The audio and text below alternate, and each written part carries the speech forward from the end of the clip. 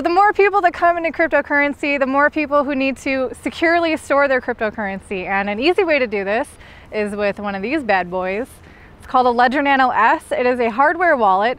So today I'm going to show you how to set up a Ledger Nano S in a way that you can safely and securely store your cryptocurrencies. And go ahead and share this video with anyone who you know is concerned about this and is looking for a better way to store their cryptos. Okay, so here's the Ledger Nano S. Bust it open.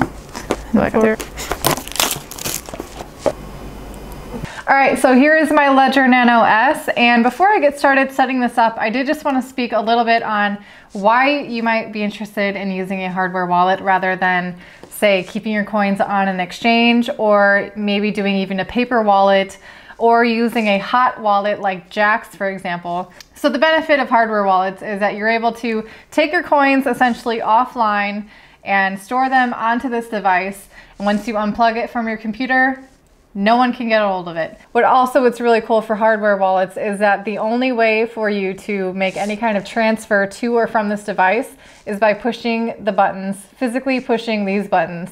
So even if a hacker knows that you have this and they really want to get inside of it, they can only access it if they have it in their hand and if they have your PIN code. So that is all the more reason for you to set a very secure 8-digit long PIN code. So that's the first kind of line of defense for this hardware wallet is your PIN code. So when you do the setup process, you'll have the option of doing 4 digits up to 8 digits. So I would suggest doing 8-digit PIN code and not anything like 1, 2, 3, 4, 5, 6, 7, 8, because that's a pretty easy guess. Okay, so let's get this set up, shall we? Let's connect it to my computer by plugging in the device. Welcome! So to get started, you'll push both buttons and it will ask you if you'd like to configure as new device and check mark for confirmation. Yes, please. So first thing to do is choose a PIN code. And once you're ready to choose a PIN code, you will hit both buttons to confirm. And it will give you options up to 8 digits long.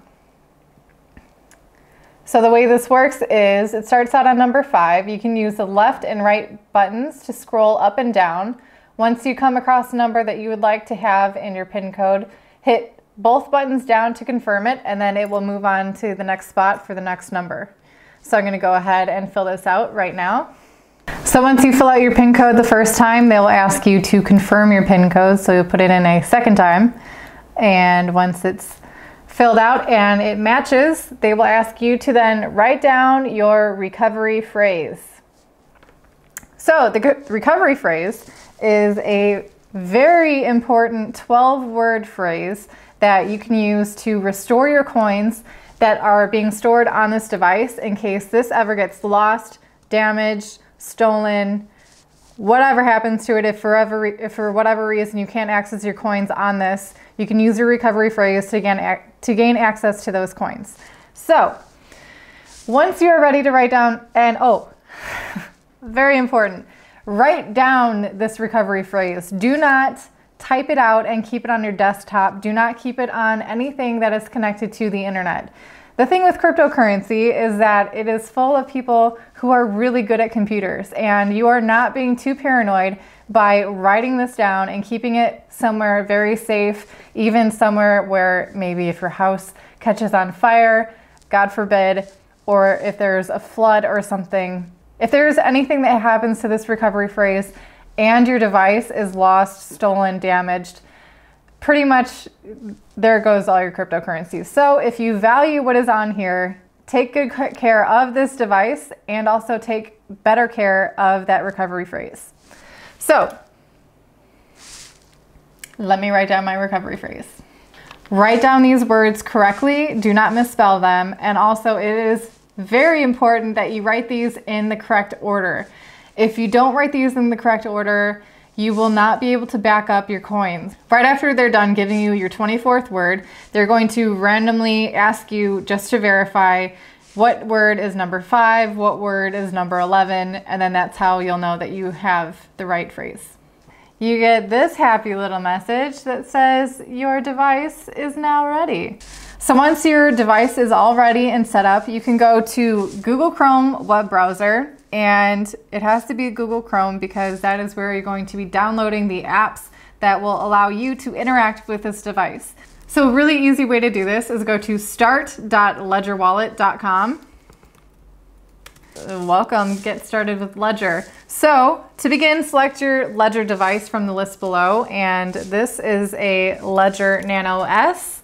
So I will select this one, and I want to configure my device. Now you can click on this if you need more information, if you're stuck on a step, if maybe I didn't explain it that well. And you can scroll down and there's a link for a really easy download of the Bitcoin wallet, the Ethereum wallet. There's also an option for a Ripple wallet.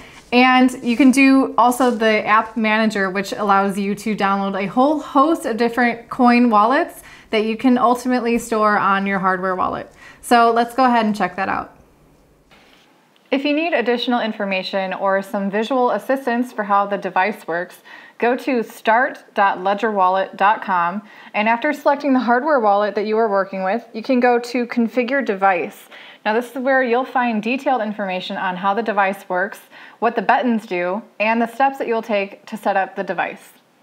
Once you're ready to download some wallet apps so that you can begin storing your cryptos on the Ledger, this site makes it pretty easy to find and download them. Just click on the link here to download the app that you want.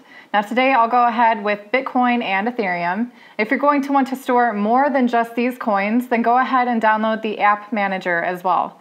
This is what is going to allow you to download a number of different wallets so that you can store a number of different cryptos on your device. Now that these apps are installed, let's check out how to access them and how to load the coins onto the Ledger Nano S. So let's check out the Bitcoin wallet. Go ahead and open the app. You'll then be prompted on your computer to connect and unlock your Ledger. So if you've been following along with the setup process so far and your device is still plugged in, all you need to do is use the left and right buttons to find the Bitcoin symbol and then press both buttons to confirm. If you have just now connected your device, you'll need to first input your PIN code and then select the Bitcoin symbol. Now with the device connected and the app open, you'll see you have the choice to interact with the Bitcoin or the Bitcoin Cash blockchains. Both of these wallets are pretty much identical, so for the sake of time, I'll give you a quick overview of what the Bitcoin wallet looks like. You'll also be prompted to choose the legacy chain or the SegWit option. SegWit is offering faster and cheaper transactions, but I haven't yet tried this one, so I can't say from experience if this is actually the case. If you want to receive Bitcoin into this wallet, click on the Receive option and it will give you the address you'll use to send Bitcoin to the hardware wallet. Conversely, if you want to send Bitcoin from this wallet, select the Send option and fill out the amount and the address you'd like to send your Bitcoin to. The Ethereum app is also very similar to this, except you'll have the choice to interact with the Ethereum or Ethereum Classic blockchains. So when we began this journey today, you'll remember that on the start.ledgerwallet.com page, they presented the Bitcoin and Ethereum wallet apps as well as the app manager. So let's check out the app manager and see what kind of options we get for storing different cryptos on this device. They offer a great variety of different cryptos you can store on this device, but you need to know that you are limited to only 5 different types of cryptos for each Ledger Nano S. The app manager is what will add the wallet options onto your actual Ledger device, and the Bitcoin and Ethereum apps that you downloaded from the website are what will allow you to see and interact with the coins that are stored on the device. So the Ethereum app allows you to store Ethereum and Ethereum Classic, and the Bitcoin app allows you to store Bitcoin, Bitcoin Cash, as well as a number of the other altcoins like Litecoin and Pivx, for example. So if you want to interact with Litecoin or Pivx with this device, you'll need to open the Bitcoin app on your computer and then select the Litecoin or Pivx icon on your actual device to connect to that wallet. Now here's the trick. If you want to store a Ripple on this device, you'll need to first download the Ripple option from the app manager here, and then you'll need to go to ledgerwallet.com/apps/Ripple. Now this is an app that will run outside of Google Chrome, so you won't actually see this app as an option in your web browser. It instead will be listed in your apps on your actual computer.